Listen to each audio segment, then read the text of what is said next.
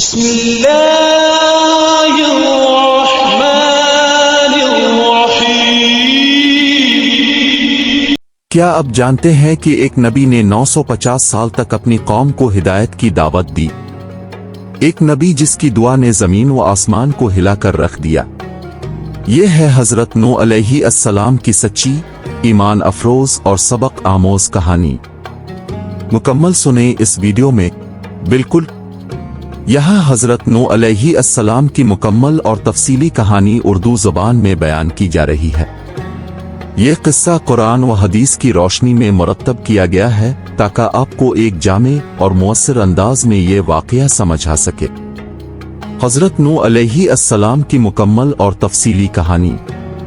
حضرت نوح علیہ السلام کا تعارف۔ حضرت نوح علیہ السلام حضرت آدم علیہ السلام کے نویں پشت میں سے تھے۔ آپ کا اصل نام نوح بن لامک بن متوشلخ بن ادریس اخنوخ تھا۔ اللہ تعالیٰ نے آپ کو نبوت کے درجے پر فائز فرمایا۔ آپ کو اولو العزم پیغمبروں میں شامل کیا جاتا ہے، یعنی وہ پیغمبر جنہوں نے سخت آزمائشوں کے باوجود صبر اور استقامت کا مظاہرہ کیا۔ حضرت نوح علیہ السلام اللہ کے برگزیدہ پیغمبروں میں سے ایک تھے۔ آپ کا ذکر قرآن پاک میں کئی مقامات پر آیا ہے اور آپ کو اولو العزم پیغمبروں میں شمار کیا جاتا ہے۔ حضرت نوح علیہ السلام کی قوم۔ حضرت نوح علیہ السلام کی قوم ایک وقت میں اللہ کی عبادت کرتی تھی، لیکن وقت گزرنے کے ساتھ ساتھ انہوں نے نیک لوگوں کی قبروں کو یادگار کے طور پر رکھا، پھر ان کے مجسمے بنائے اور بعد میں انہی کو پوجنا شروع کر دیا۔ یہ قوم بت پرستی میں اتنی ڈوب گئی کہ اللہ تعالیٰ نے حضرت نوح علیہ السلام کو نبی بنا کر ان کی ہدایت کے لیے بھیجا۔ قوم جن بتوں کی پوجا کرتی تھی ان کے نام قرآن میں مذکور ہیں: ود، سوا، یغوث، یوک اور نصر۔ سورۃ نوح 23۔ حضرت نوح علیہ السلام کی قوم۔ حضرت نوح علیہ السلام کی قوم بت پرستی میں مبتلا تھی۔ وہ اللہ کو چھوڑ کر ود، سوا، یغوث، یوک اور نصر نامی بتوں کی عبادت کرتے تھے۔ ان کے دلوں میں گمراہی، ظلم اور سرکشی بڑھ چکی تھی۔ نبوت اور تبلیغ کا آغاز۔ حضرت نوح علیہ السلام نے اللہ کے حکم سے قوم کو توحید کی طرف بلایا۔ اپنے دن رات، تنہائی اور مجمع میں ہر طریقے سے لوگوں کو سمجھایا کہ وہ صرف ایک اللہ کی عبادت کریں اور شرک سے باز آ جائیں۔ اے میری قوم، اللہ کی عبادت کرو، اس کے سوا تمہارا کوئی معبود نہیں۔ سورۃ الاعراف 59۔ لیکن قوم نے آپ کی بات سننے سے انکار کر دیا۔ وہ آپ کا مذاق الفاظی آپ کو جھٹلانے لگے اور کہتے، یہ تو بس ایک عام انسان ہے، تمہیں ہم پر برتری حاصل کرنا چاہتا ہے۔ ہم نے اپنے باپ دادا کو انہی معبودوں کی عبادت کرتے پایا ہے۔ تبلیغ اور قوم کا انکار۔ حضرت نوح علیہ السلام نے اپنی قوم کو تقریباً 950 سال تک اللہ کی طرف بلایا، لیکن ان کی قوم نے ان کا مذاق اڑایا اور ان پر ظلم کیا۔ وہ کہتے تھے، اے نوح، اگر تم باز نہ آئے تو ہم تمہیں سنسار کر دیں گے۔ سورۃ الشعراء 116۔ نوح علیہ السلام دن رات لوگوں کو سمجھاتے، لیکن اکثر لوگ ایمان نہ لاتے۔ 950 سال کی دعوت۔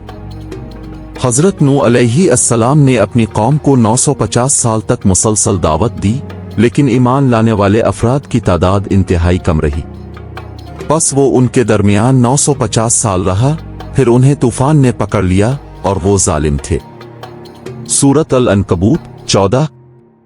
کچھ لوگ ایمان لائے، مگر اکثر لوگ ضد اور ہٹ دھرمی پر قائم رہے۔ قوم کی ہٹ دھرمی اور حضرت نوح کی دعا۔ جب قوم کی گمراہی حد سے بڑھ گئی تو حضرت نوح علیہ السلام نے اللہ تعالیٰ سے فریاد کی، اے میرے رب، زمین پر کسی کافر کو باقی نہ چھوڑ۔ اگر تو انہیں چھوڑ دے گا تو وہ تیرے بندوں کو گمراہ کریں گے اور بدکار اولاد پیدا کریں گے۔ سورۃ نوح 26-27۔ کشتی بنانے کا حکم۔ اللہ تعالیٰ نے حضرت نوح علیہ السلام کو ایک عظیم طوفان کی خبر دی اور فرمایا، اور ہماری نگرانی میں اور ہماری وحی کے مطابق کشتی بنا۔ سورۃ ہود 37